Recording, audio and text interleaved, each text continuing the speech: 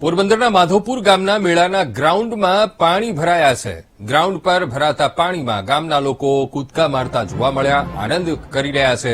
તો માધવપુર ગામના સ્થાનિક આગેવાને પણ આક્ષેપ કર્યા. વિકાસ થાય તે બાબત સારી, પણ જે રીતે વિકાસ થવો જોઈએ તે રીતે થયો નથી. વધુમાં આક્ષેપ કરતા કહ્યું કે વિકાસના કામોમાં ગ્રામજનોને સાથે રાખવાના બદલે ઓફિસમાં બેસીને પ્લાન બનાવી દેવામાં આવતા હોય છે અને માટે જ આ પ્રકારની પરિસ્થિતિ ત્યાં ઉભી થતી હોય છે. માધુપુરમાં બહુ પાણી આવ્યું છે, હજી તો ઓછું છે સાહેબ પાણી. આ જે રાહિતરમાં બંધ કરી દીધું ને શું ફૂલ કરીને એ પાણી આ પાણી ક્યાં નીકળે એમ નથી. હજી ગામનું પાણી છે, એ ગામનું પાણી નીકળશે નહીં અને ગામની પરિસ્થિતિ બહુ ખરાબ થશે. બરાબર, આ લોકોને અમે બે મૌખિક રજૂઆત કલેક્ટર સાહેબને, ડેપ્યુટી કલેક્ટર સાહેબને રજૂઆત કરી કે ભાઈ આ પાણી છે એ નિકાલ થાય નહીં અને ગામની પરિસ્થિતિ બહુ ખરાબ થશે.